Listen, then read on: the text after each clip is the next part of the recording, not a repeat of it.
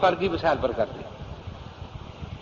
ہم جو ان پر اعتراض کرتے ہیں وہ عملی مسائل پر کرتے ہیں کہ تم سبحان اللہ ربی العظیم آہستہ پڑھتے حدیث سناؤ اس کی، تم اتحیات آہستہ پڑھتے ہو، یہ درود آہستہ پڑھتے ہو، اتحیات کا بناتے نا کہ یوگ فی تشہد، وہ تو حدیث ہے، درود کی نہیں ہے، یہ دکھاؤ حدیث سناؤ.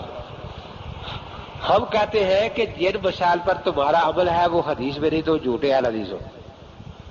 فقہ سے چوری کرتے ہو مسئلے عمل کرتے ہو، اور نام حدیث کا لیتے ہو تو چوری کرتے ہو نا.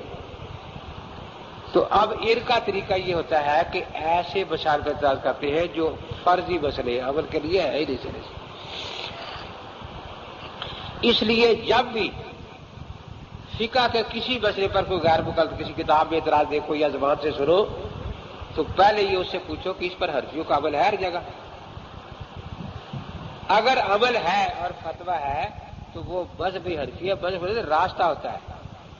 مذہب ان مسائل کا نام ہے جن پر حنفی چل رہے ہیں. ہندوستان جاؤ وہ عمل کر رہا ہے حنفی، سعودیہ جاؤ حنفی عمل کر رہا ہے، امریکہ جاؤ حنفی عمل. تو جن مسائل پر ہر جگہ حنفیوں کا عمل ہے وہ مسائل مذہب حنفی ہے. اور اگر حنفیوں کا عمل نہیں تو پھر دو ہی صورتیں ہیں، یا تو مسئلہ عملی ہے نہیں فرضی مسئلہ ہے صرف بات سمجھانے کے لیے لکھا گیا ہے، یا وہ مسئلہ شاذ اور ضعیف ہے پختہ میں ہی نہیں ہے. تو جیسے حدیثوں میں بھی شاذ اور ضعیف حدیثیں ہیں نا ان پر عمل نہیں ہوتا. تو جن پر ہمارا عمل نہیں ہے اب ہم ان مسائل کے جواب دے ہیں جن پر ہمارا حنفیوں کا ہر جگہ عمل ہے کیونکہ وہ مذہب حنفی ہے. لیکن شاذ قراتوں کی ہم خود ہی تلاوت نہیں کرتے شاذ قراتوں کی تلاوت، اس لیے وہ سرے سے قرآن ہے ہی نہیں. تو شاذ مسائل مذہب حنفی نہیں، فرضی مسائل مذہب حنفی نہیں، وہ صرف سمجھانے کے لیے. ان کی کتاب حقیقت الفقہ لکھا ہے کہ جی یہ پہلے لکھا ہے سنت وضو کی کہ نیت کرنا سنت ہے، بسم اللہ پڑھنا سنت ہے، بعد ترتیب وضو کرنا سنت ہے. آگے یہ سمجھانے کے لیے فتاوی قاضی خان یا عالمگیری میں لکھا ہوتا ہے در مختار جو فتوے کی کتابیں ہیں کہ اگر کسی نے بسم اللہ نہیں پڑھی وضو ہو گیا تو ہو جانے کا مطلب کیا ہے کہ ہو تو گیا لیکن خلاف سنت ہوگا نا. پوری بات نہیں بتاتے نا. کسی نے پہلے پاؤں دھو لیے پھر چہرہ دھو لیا بے ترتیب وضو کیا تو فقہ میں لکھا ہے کہ وضو ہو گیا لیکن اگلی بار بتاتے کہ ہو تو گیا خلاف سنت ہوا، ہو تو گیا خلاف. اب وہ اسی پر ڈالتے ہو گیا جی، کہتے ہو گیا جی نیت کے بغیر وضو ہو گیا جی، بسم اللہ کے بغیر وضو ہو گیا جی، ہو گیا جی. یہ نہیں بتاتے کہ خلاف سنت ہوا. تو فقہ پر اعتراض کرنے کے لیے بے ایمانی ضروری ہے. بے ایمانی جب تک نہ کرے فقہ پر اعتراض کر سکتے نہیں. کہ جی کسی نے دھکا دیا دریا میں پورا جسم دھل گیا غسل ہو گیا، اب نہ ترتیب ہے اس میں اور نہ، لیکن ہوا تو خلاف سنت نا، وہ غسل خلاف سنت ہوا. یہ نہیں بتاتے. ایک ہوتا ہے جواز، جس کو سمجھے مسئلے کو. جواز کا لفظ جو ہوگا وہ وہاں استعمال ہو جائے گا جہاں فرض پورے ہوگا. اب واجب رہ بھی گیا تو جائز کہا جائے گا لیکن ترک واسطے جواز مال کراہت تحریمہ. اگر سنت رہ جائے گی جائز کہا جائے گا. اس کو بالکل جو عوام کو آپ مسئلہ سمجھا مثال وہ یہ ہے کہ مسلمان ایک لفظ ہے مومن. اب جو کامل مومن ہے اس نے وہ گناہ نہیں کرتا، نیکیوں پر سارے عمل کرتا ہے، کہے گے یہ کامل مومن ہے. لیکن جو چوری کرتا ہے وہ بھی مومن.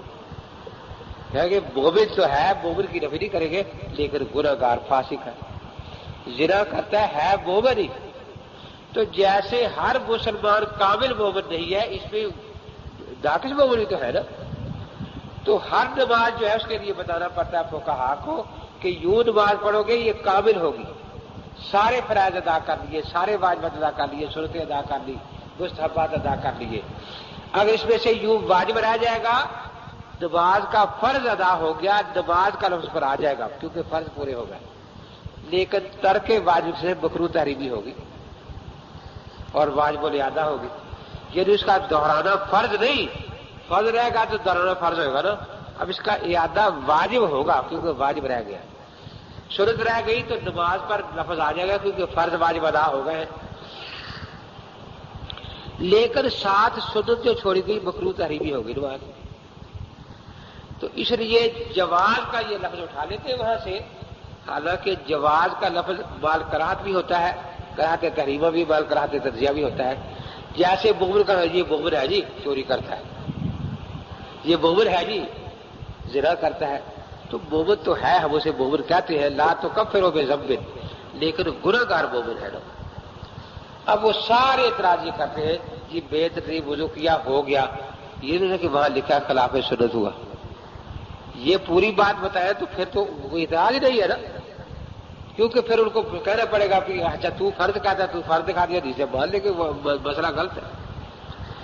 تو جتنے یہ اعتراضات کرتے ہیں فقہ پر، وہ ہمارے ان مسائل پر کرتے ہیں جو یا تو فرضی مسائل ہیں، وہ عمل کے لیے سرے سے ہے ہی نہیں، کوئی حنفی ان پر عمل کرتا ہی نہیں، وہ تو مفتی صاحبان کو قاعدہ سمجھانے کے لیے فرضی مثالیں دی گئی، اور یہ فرضی مثالیں خود قرآن میں موجود ہیں، نبی اور شرک کرے محال ہے یا نہیں، پھر بھی قرآن کہتا ہے کہ اگر آپ نے بھی شرک کیا تو آپ کے اعمال اکارت ہو جائیں گے۔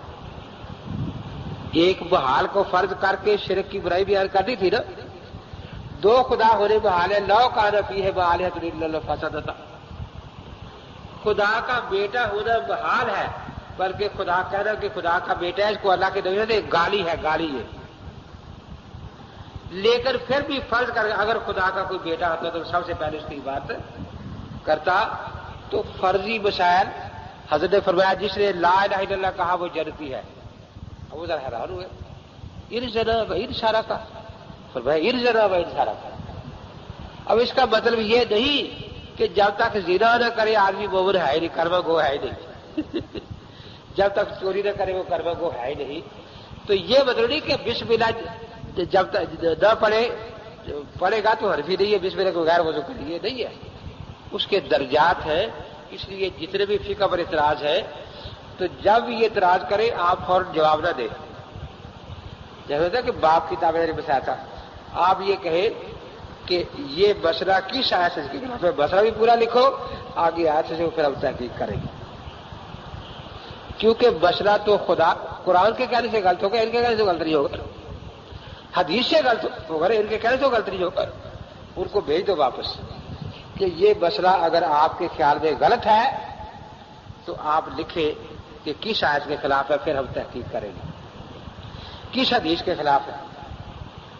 تیسرا دھوکہ ان کا کیا ہوتا ہے، فقہ میں مسئلے بنتا ہے، قرآن والے مسئلے بھی آتے ہیں، سنت والے بھی، اجماع والے بھی اور قیاس والے بھی۔ فقہ کے شارحین نے ایک ایک بات واضح کر دی کہ یہ مسئلہ قرآن سے لیا ہے، یہ حدیث سے لیا ہے، اب یہ ہدایہ پڑھتے ہیں، پڑھاتے ہیں نا، ضرورت کے لیے پڑھاتے ہیں بیچارے، اب دیکھتے رہتے ہیں۔ اس مسئلے پر صاحب ہدایت نے حدیث پیش کی ہے، یہاں اجماع کیا ہے، یہاں قیاس ذکر کیا ہے، اب وہ فہرست بناتے جائیں گے۔ ہمارا صاحب ہدایت کا دعویٰ ہے کہ یہ مسئلہ اجماع سے ثابت ہے، یہ سوال لکھیں گے حدیث سے ثابت کرو، حالانکہ مدعی کہہ رہا ہے کہ یہ مسئلہ اجماع سے ثابت ہے، صاحب نے لکھا کہ مسئلہ قیاس سے ثابت ہے، یہ وہ لکھ لیں گے حدیث سے دکھاؤ۔ اب دیکھو نا سوال ہی غلط ہو گیا نا، ہم کہتے ہیں یہ مسئلہ قیاس والا ہے، ہم کہتے نہیں، جو مسئلہ قرآن سے پیش کرو ہم سے قرآن پوچھو، اگر ان سے یہی کہا جائے کہ زور کی رکھتے قرآن سے ثابت کرو، وہ کہتے حدیث سے، تو یہ اس کو سوال کو غلط کہے گا یا نہیں؟ تو جب بھی یہ فقہ کے کسی مسئلے پر اعتراض کرے تو طریقہ میں بتایا کہ فوراً جواب نہ دو، ان پر وہی ڈالو کہ بھائی وہ کس آیت کے خلاف ہے، لکھو ذرا۔ یہ رمضان نعمانی ایک ہفتہ میرے پاس لگا کے گیا تو اس کی بحث بڑھ رہی ہے بیچارے کی، تو غیر مقلد دیکھتے ہیں نا، ضرورت مند آدمی ہے، چلو پیسے لگا دے پھر یہاں شور کریں گے۔ وہ 2-3 غیر مقلد وہاں کے سعودیہ جاتے تھے، آئے تھے، وہ بس میں نماز پڑھنے گیا 2-3 دن، تو مولوی صاحب نہیں تھے، ایک دن کہنے کے مولوی صاحب تھے کہ مولوی صاحب یہ آپ کی بحث مکمل نہیں ہوئی، ہاں ابھی مکمل نہیں ہوئی، کہ پھر ہمارے لائق کوئی خدمت ہو، ہمارا خیال ہے کہ ہم مدد کر دیں۔ اس نے کہا کہ آپ نے جو 3 دن نماز پڑھی ہو گئی ہے نماز یا نہیں ہوئی؟ کہ نماز تو ہو گئی ہے، بس نماز ہی مقصد ہو جاتی ٹھیک ہے، بنے نہ بنے بنے کا کیا ہے؟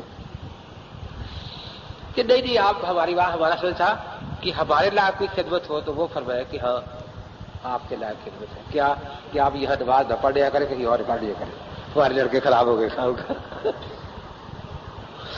ان کا مقصد تھا یہ پیسے مانگے گا ہم سے کہ نہیں کچھ ہم بھی پیسے لگا دیں کہ نہیں نماز ہو جاتی ہے، آپ کے پیسوں کی ضرورت نہیں ہے، نماز ہو رہی ہے ہماری۔ جب دیکھا کہ اس طرح قابو نہیں آیا، عبداللہ پروفیسر زندہ تھا ان کا، اس کو بکایا، آدمی اکٹھے کیے، غیر مغلبی حرفی بھی اکٹھے کیے، اور مولانا کو بلا لیا کسی حرفی لڑکے باہر، انہوں نہیں پتا وہاں کیا ہو رہا ہے کہ جی وہاں کچھ لوگ بیٹھے آپ کو یاد کر رہے ہیں۔ اب یہ غیر مغلب کہتا ہے ہاں حافظ صاحب، حافظ عبداللہ کہتے تھے اس کا، حافظ صاحب کیا لکھا ہے فقہ حنفی میں؟ کہ فقہ حنفی میں لکھا ہے کہ ماں بہن سے نکاح کر کے صحبت کر لی جائے تو حد نہیں آتی۔ تو سب ہنسے غیر مغلب، اچھا یہ لکھا ہے؟ اور رمضان صاحب خاموش بیٹھے رہے کہ رمضان صاحب سنا آپ کی فقہ میں کیا لکھا ہے؟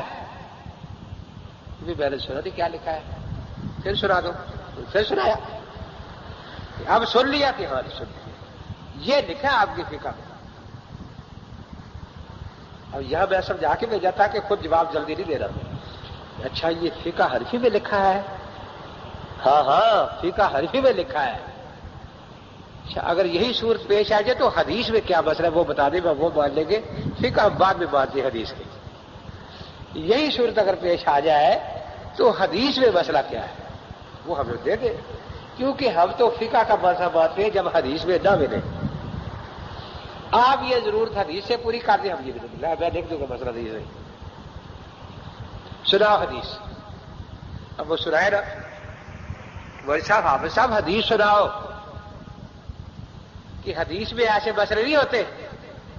اچھا حدیث میں یہ مسئلہ بالکل نہیں ہے، کہ ہے ہی نہیں۔ اس کا مطلب ہے کہ اگر حدیث میں نہیں تو حدیث کے خلاف بھی نہیں ہے نا، تو لکھ کے دو یہ مسئلہ پورا لکھو، نیچے لکھو کہ یہ مسئلہ حدیث کے قرآن کے خلاف نہیں ہے، حدیث کے خلاف نہیں ہے۔ اب اس سے استنباط ہو سکتا ہے یا نہیں وہ ہم بعد میں تحقیق کریں گے۔ یہ لکھ دو اگر قرآن کے خلاف ہے، اس کے خلاف ہے تو لکھ کے مجھے دو، میں تحقیق کروں گا۔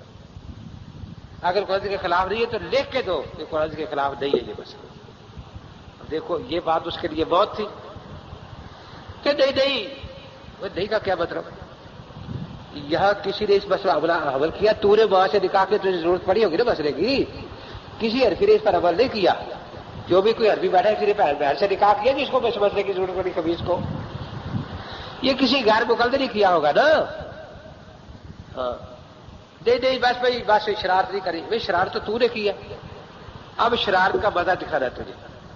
لڑکی عربی بیٹھے تو اٹھے کھڑا ہو، تو کھڑا ہو، ایک بار ڈنڈے لیا ٹال سے، آج غیر مقلدوں کی پٹائی کر دی ہے، اب وہ ڈنڈے لینے چلے گا، یہ سارے ہاتھ باندھ کے کھڑے گے، خدا کے لیے میں دیکھ کر مانگ کے اس میں بس یہ بسرا ہمارا کہ اس پر کسی نے عمل نہیں کیا، نہ ہم نے چھیڑا، آپ نے چھیڑا، شرارت آپ نے شروع کی ہے۔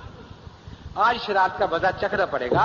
میں کوئی گاڑی دے رہا، میں کہہ رہا ہوں کہ اگر یہ مسئلہ کو حدیث کے خلاف ہے، یہ مسئلہ لکھ کر اس کے خلاف آیت حدیث لکھ دو، پھر میں تحقیق کروں گا۔ اگر خلاف نہیں ہے مسئلہ لکھ کے نیچے لکھ دو، دستخط کرو کہ یہ مسئلہ نہ قرآن کے خلاف ہے نہ حدیث کے خلاف ہے۔